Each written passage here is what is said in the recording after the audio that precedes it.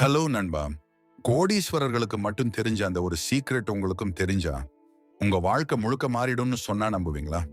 இதை உங்களை இம்ப்ரெஸ் பண்ண சொல்லல, உங்க நிதி நிலையை மாற்ற தான் சொல்லுறேன். சரி, இப்போ ஒரு சின்ன கேள்வி. நேர்மையான பதில் சொல்ல முடியுமா? நீங்க எவ்வளவு உழைத்தாலும் ஏன் பணம் கையில தங்கவே மாட்டேங்குது?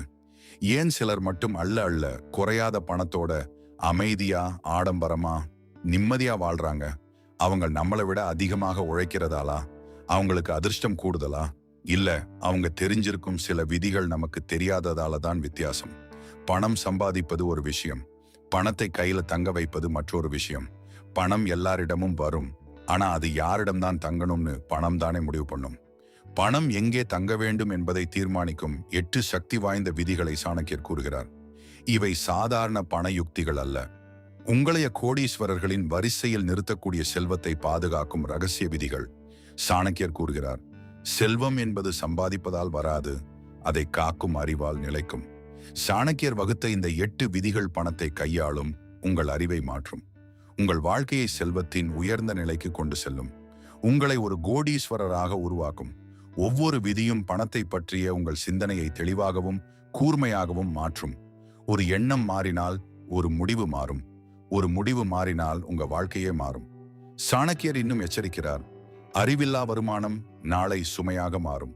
இந்த 8 விதிகளில் கடைசி விதியோ அதுதான் மிக முக்கியமானது. அதை புரிந்து கொள்ளாமல் விட்டால் மற்ற விதிகள் தெரிந்தாலும் முழு பலன் கிடையாது. அதனால இந்த வீடியோவை கடைசி வரை பாருங்க. விதி எண் 1, வேலைக்காக காத்திருப்பவன் சாதாரணன், வாய்ப்பை உருவாக்குகிறவன் தான் கோடீஸ்வரன். அதனால் உங்கள் திறமையை மூலதனமாக மாற்றுங்கள். சாணக்கியர் கூறுகிறார், ஒரு மனிதனின் பெரிய செல்வம் அவனிடம் இருக்கும் பணம் அல்ல, அவனிடம் இருக்கும் திறமை. ஒரு கணம் யோசிங்க, ஏன் சிலர் எந்த தொழிலை தொடங்கினாலும் அதில் உச்சத்தை அடைகிறார்கள்? அவர்கள் அதிர்ஷ்டசாலிகளா? அவர்களுக்கு மட்டும் ஏதாவது தனி சக்தியா? இல்ல, அவர்கள் தங்களுக்குள் இருக்கும் திறமையை அடையாளம் கண்டவர்கள். ஒவ்வொரு மனிதனுக்குள்ளும் ஒரு தனித்துவமான திறமை மறைந்து கிடக்கிறது. அது ஒரு கலை ஆகலாம், ஒரு நுட்பமான அறிவு ஆகலாம், ஒரு விஷயத்தை தெளிவாக எடுத்துரைக்கும் திறனாகலாம். ஆனால் வித்தியாசம் எங்கே தெரியுமா? பலர் அந்த திறமையை பொழுதுபோக்காக வைத்துக் கொள்கிறார்கள், சிலர் மட்டும் அதை மூலதனமாக மாற்றுகிறார்கள். உங்களுக்கு பாரம்பரிய சமையல் பிடிக்கிறதா? வீட்டிலேயே சமைத்து சாப்பிடுறதோட நிறுத்தாதீங்க. ஏன் ஒரு யூடியூப் அலைவரிசை ஆரம்பிக்க கூடாது? ஏன் வீட்டிலிருந்தே ஆர்டர் எடுத்து சமைக்க கூடாது? உங்களுக்கு ஒரு மொழி சரளமாக வருதா? ஏன் மொழிபெயர்ப்பு வேலைகளை செய்யக்கூடாது? ஏன் ஆன்லைன்ல கற்றுத்தரக்கூடாது? நீங்க எதுல சிறப்பா இருக்கீங்கன்னு ஆழமா யோசிங்க. அதை மற்றவர்களுக்கு எப்படி பயனுள்ளதாக மாற்றலாம் என்று கேளுங்கள். இதுதான் வணிக மனப்பான்மை, வாய்ப்பை பணமாக்கும் சிந்தனை. சாணக்கியர் எச்சரிக்கிறார், பயன்படுத்தப்படாத திறமை பயனற்ற செல்வம். உங்கள் திறமைதான் உங்கள் உண்மையான மூலதனம். அதை சும்மா வைத்திருந்தால் பிறர் அதிலிருந்து லாபம் சம்பாதிப்பார்கள். உங்களுக்குள் இருக்கும் அந்த தொழிலதிபரை எழுப்புங்கள். வேலை செய்யாதீர்கள், ஒரு வேலை வாய்ப்பை உருவாக்குங்கள். ஒரு சம்பளம் வாங்காதீர்கள், ஒரு வருமானம் உருவாக்குங்கள். நினைவில் கொள்ளுங்கள், சம்பளம் உங்களை வாழ வைக்கும், தொழில் உங்களை உயர்த்தும். உங்கள் திறமைக்கு விலை நிர்ணயியுங்கள். ஒரு வேலையை தேடுவதற்கு பதில் உங்கள் திறமையை வைத்து ஒரு வாய்ப்பை உருவாக்குங்கள். அதுவே ஒரு சாதாரண மனிதனை கோடீஸ்வரராக்கும் பாதை. விதி எண் 2, நண்பர்கள் இருப்பர் பலர், அதில் உயர்த்தும் நட்பை தேர்ந்தெடுப்பவன் தான் கோடீஸ்வரன். உங்கள் நட்பு வட்டமே உங்கள் செல்வத்தை தீர்மானிக்கும். சாணக்கியர் கூறுகிறார், யாருடன் பழகுகிறாயோ அவர்களின் வாழ்க்கையே உன்னை வடிவமைக்கும். ஒரு நிமிடம் சிந்திங்க, நீங்கள் அதிக நேரம் செலவழிக்கும் 5 பேரை நினைச்சு பாருங்கள். அவர்களின் சிந்தனை, அவர்களின் பணப்பழக்கம், அவர்களின் வாழ்க்கை நோக்கம், அதுதான் மெதுவாக உங்களுடைய வாழ்க்கையையும் பாதிக்கிறது. இது தெரியாம நடக்குது, ஆனா மிக ஆழமா நடக்குது. இது வெறும் நட்பு இல்லை, இது உங்கள் செல்வத்தை தீர்மானிக்கும் சக்தி. உங்க நண்பர்கள் எப்பவும் கடன் பத்தி தான் பேசுறாங்களா?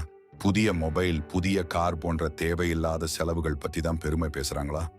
வாழ்க்கையின் எதிர்மறை விஷயங்களையே பகிர்றாங்களா? அப்படின்னா நீங்களும் அதையே சாதாரணம் என்று நினைக்க ஆரம்பிப்பீங்க.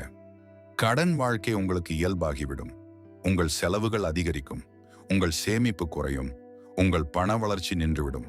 ஆனா உங்க நட்பு வட்டாரம் இன்வெஸ்ட்மெண்ட் பத்தி பேசுறதா? மியூச்சுவல் ஃபண்ட் பத்தி யோசிக்கிறதா? புது தொழில் வாய்ப்பு பற்றி ஆராயறதா? எதிர்கால திட்டம் பற்றி செயல்படுறதா? அப்படின்னா உங்களுக்குள்ளும் அந்த தீ மூட்டப்படும். நீங்களும் வளர்ச்சி பற்றி யோசிக்க ஆரம்பிப்பீங்க.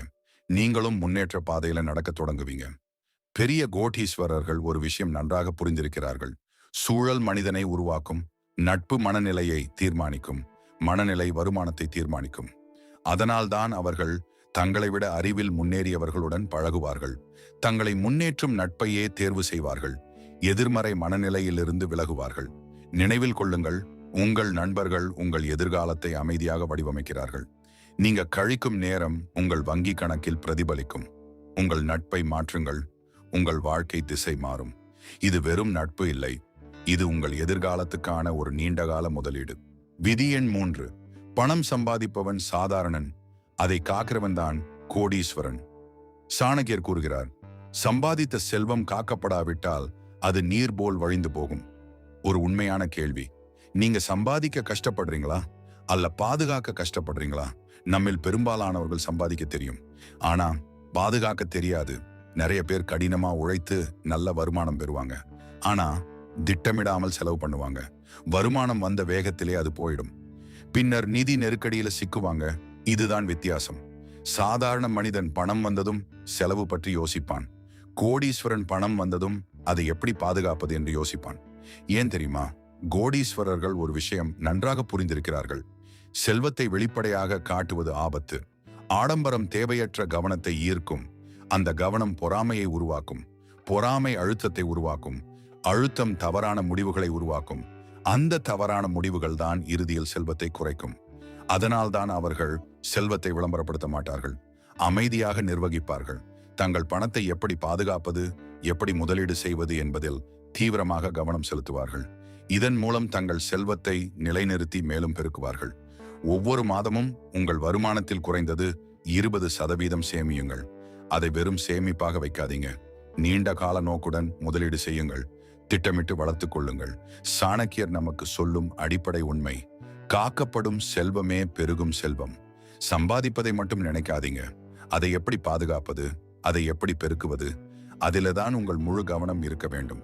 நினைவில் கொள்ளுங்கள், பணத்தை பாதுகாப்பதே அதை பல மடங்கு பெருக்கும் முதல் படி. இந்த விதியை பின்பற்றினால் உங்கள் வருமானம் பெருகி உங்களை கோடீஸ்வரராக உயர்த்தும். விதி எண் 4. இலவசத்தின் பின்னால் ஓடுபவன் சாதாரணன், கற்றலுக்கு முதலீடு செய்பவன் தான் கோடீஸ்வரன்.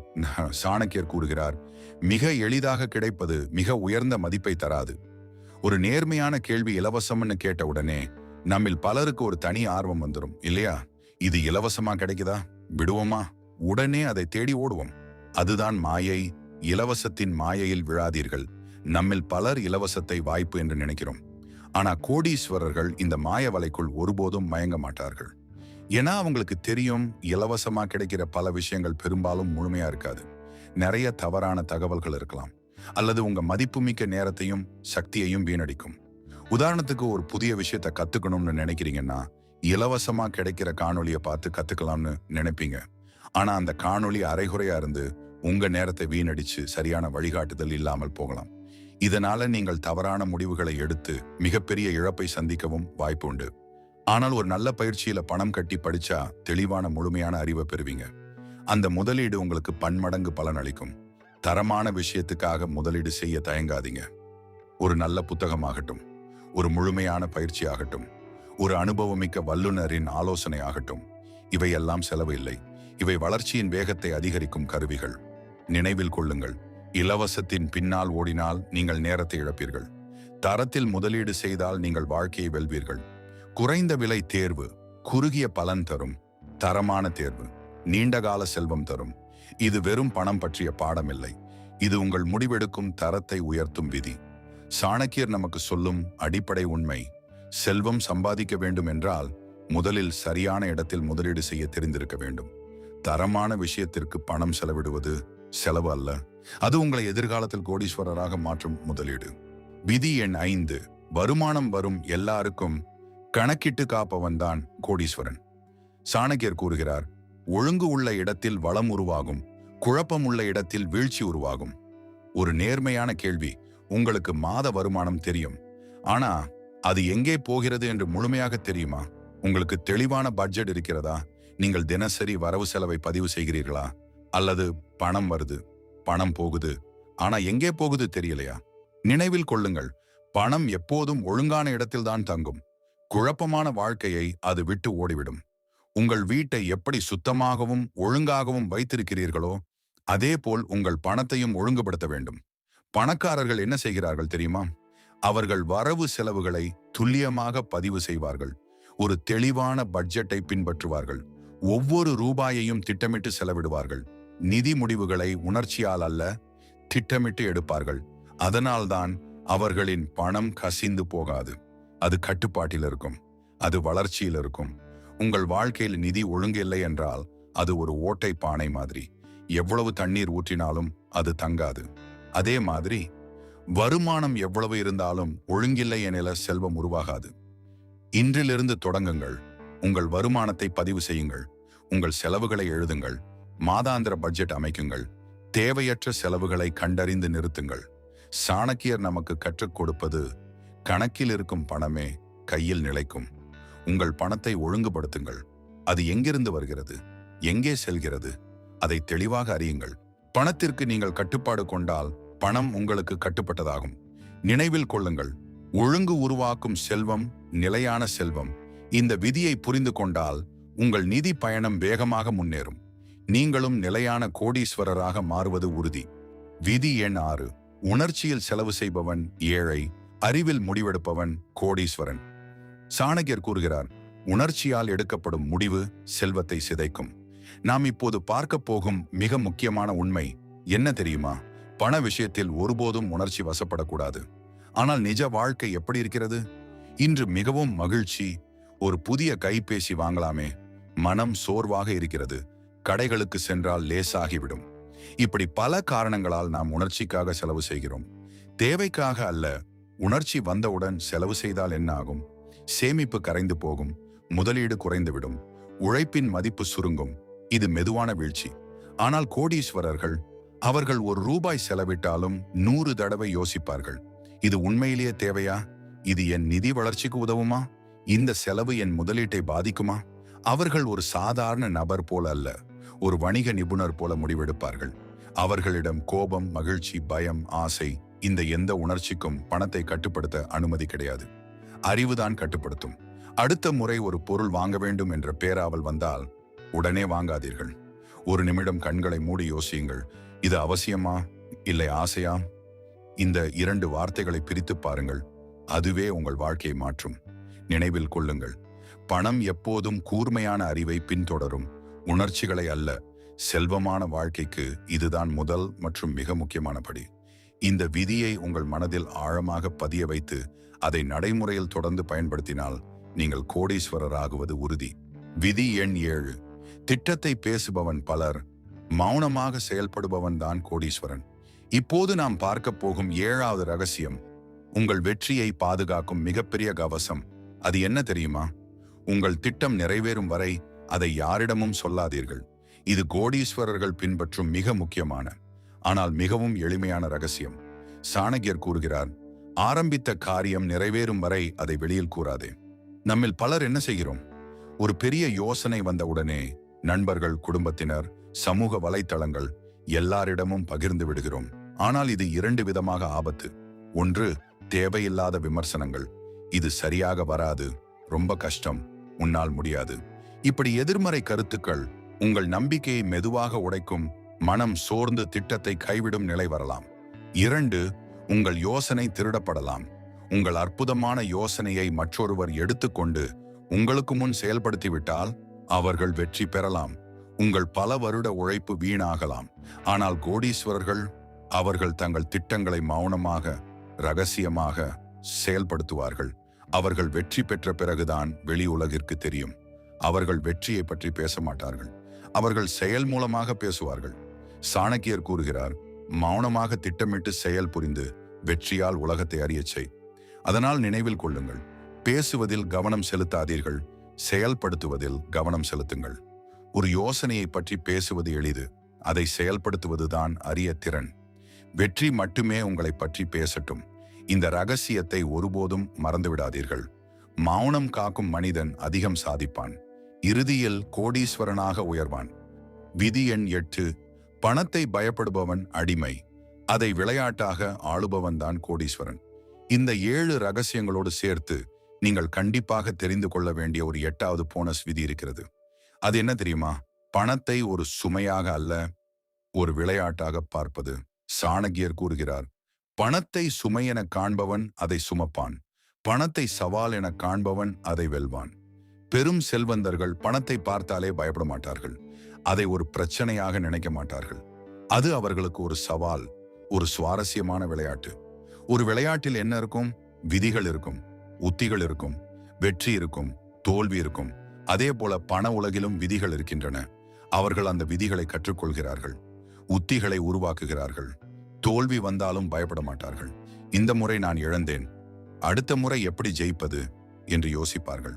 அந்த மனநிலையே அவர்களை மீண்டும் எழச் செய்கிறது, தொடர்ந்து கற்றுக்கொள்ள வைக்கிறது, முன்னேற தூண்டுகிறது.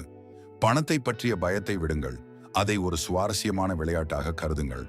அதன் விதிகளை கற்றுக்கொண்டு உத்திகளை வகுத்து அதன் பிறகு தைரியமாக விளையாடத் தொடங்குங்கள். பண விளையாட்டில் வெற்றி பெற முதலில் அதை ஒரு விளையாட்டாக அல்ல, நீங்கள் கற்றுக்கொள்ள வேண்டிய திறனாக ஏற்றுக்கொள்ள வேண்டும். நீங்கள் விதிகளை கற்றுக்கொண்ட தருணத்திலிருந்து பணம் உங்கள் எதிரி அல்ல, உங்கள் சக்தியாக ஆகிவிடும். இந்த ஒரு மனமாற்றமே உங்களை வெறும் பணம் சம்பாதிக்கும் நிலைக்கு அல்ல, பணத்தை நீங்களே கட்டுப்படுத்தும் நிலைக்கு கொண்டு செல்லும். அதாவது பணம் உங்களை ஆளாது, நீங்கள் தான் பணத்தை ஆள்வீர்கள். இது வெறும் வீடியோ அல்ல, இது ஒரு விழிப்புணர்வு. இந்த தருணத்திலிருந்து நீங்கள் மாற முடிவு செய்தால் உங்கள் எதிர்காலம் மாறும். விதிகளை கற்றுக்கொள்ளுங்கள், அறிவுடன் விளையாடுங்கள், நம்பிக்கையுடன் முன்னேறுங்கள். அடுத்த கோடீஸ்வரர் யார் தெரியுமா? அது நீங்கள்தான். இந்த காணொளி உங்களுக்கு பயனுள்ளதாக இருந்திருக்கும் என்று நம்புகிறேன். வீடியோ பிடித்திருந்தால் ஒரு லைக் செய்யுங்கள். உங்கள் நண்பர்களுக்கும் உதவியாக இருக்கும் என்று நினைத்தால் ஷேர் செய்யுங்கள். இந்த 8 விதிகளில் உங்களை அதிகம் சிந்திக்க வைத்தது எது? கீழே கமெண்டில் என் வாழ்க்கையில் இன்றே நடைமுறைப்படுத்த போகும் விதி எண் என்னவென்று பதிவு செய்யுங்கள். உங்கள் ஒரு கமெண்ட் உங்களுக்கு ஒரு நினைவூட்டலாக இருக்கும்.